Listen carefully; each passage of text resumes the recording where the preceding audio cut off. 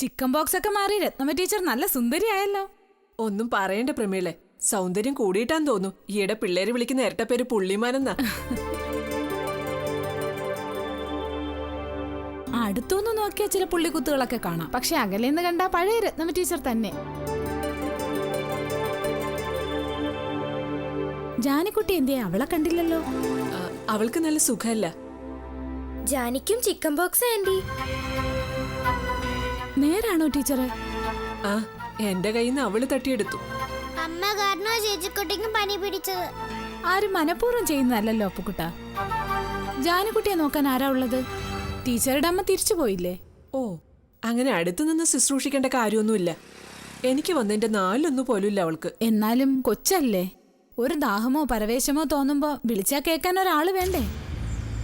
അവൾക്ക് കുടിക്കാൻ കരിക്കും വെള്ളവും ജ്യൂസും, വിശക്കുമ്പോ കഴിക്കാൻ ഭക്ഷണവും പഴങ്ങളും എല്ലാം അവളുടെ കൈ എത്തുന്ന അകലത്തിൽ എടുത്തു വെച്ചിട്ടാ ഞാൻ പോയത്.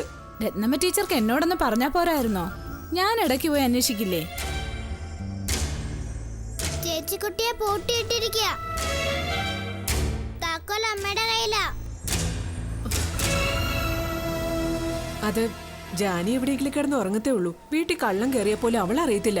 വീട് തുറന്നിട്ടിട്ട് പോവാൻ പറ്റുമോ? എന്നാലും ടീച്ചറെ, ജാനിമോൾ സുഖമില്ലാതെ കിടക്കുമല്ലേ? ആ കുട്ടിയൊന്ന് നിലവിളിച്ചാ അയൽക്കാർക്ക് സഹായിക്കാൻ പോലും പറ്റാതെ വരില്ലേ? ഓ, അവളെന്തിനാ നിലവിളിക്കുന്നേ?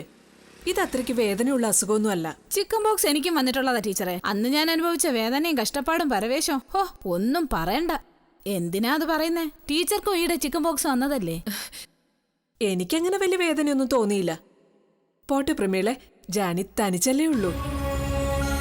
വാ മക്കളെ, വാ.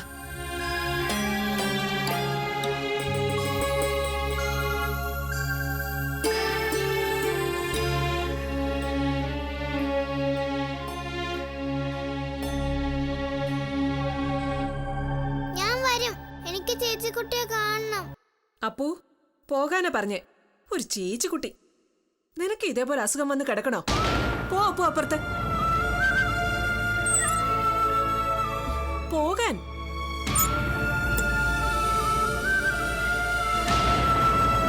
നിന്റെ എച്ചിൽ പാത്രം ഞാൻ എടുക്കേണ്ടി വന്നു. നിനക്കതാ വാഷ് ബേസിൽ കഴുകാൻ പറ്റാഞ്ഞിട്ടാണോ?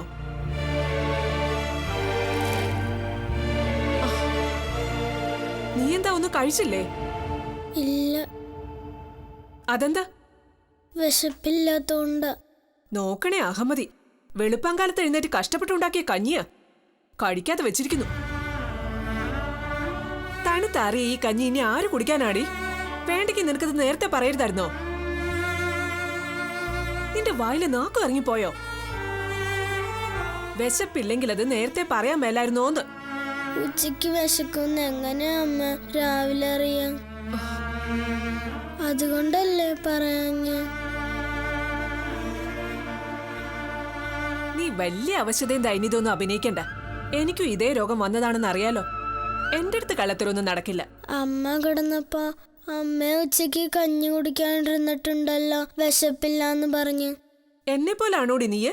ഞാനേ രാവിലെ മുതൽ വൈകിട്ട് വരെ വായിട്ടലച്ച് പിള്ളേരെ പഠിപ്പിച്ച പൈസ കൊണ്ട് വാങ്ങിയതാ.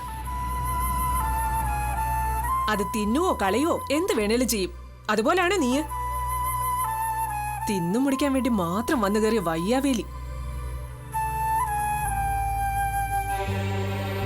അതോടെ ഇരുന്നോട്ടെ അമ്മ, വിശക്കുമ്പോ കഴിച്ചോളാം. തണുത്തതാണേലും സാരമില്ല. വല്ലാണ്ട് ദാഹിക്കുന്നു. ഇത്തിരി വെള്ളം എടുത്തു തരുമോ അമ്മ? വെള്ളമല്ലേ അവിടെ ഇരിക്കുന്നേ? എന്താ കൊച്ചുമ്പയ്ക്ക് കൈ നീളുകയല്ലേ?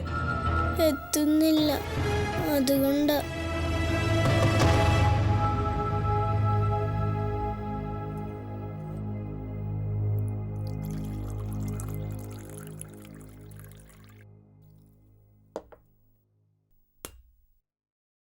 ഇനിയത് വായിലൊഴിച്ച് തരികയും കൂടി വേണോ?